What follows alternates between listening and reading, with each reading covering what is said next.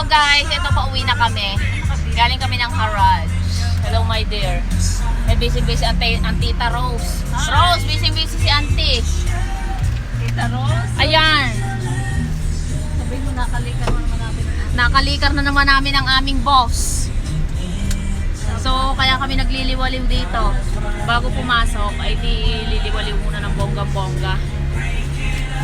May nabili kaming pang paliit ng tiyan. Pag hindi tinamat. Nasaan nga ba yung binili natin? Pahili ko nga kay Rosa. Oh, sige. Ito ba pagka aming binili sa sa mismong mall, ay napakamahal. So, ayan, hanggang dito lang tayo sa second hand. At least piso lang. Diba? Naka-save. Nag-isa kami ni Madam. Bumili yan ng dumbbell eh.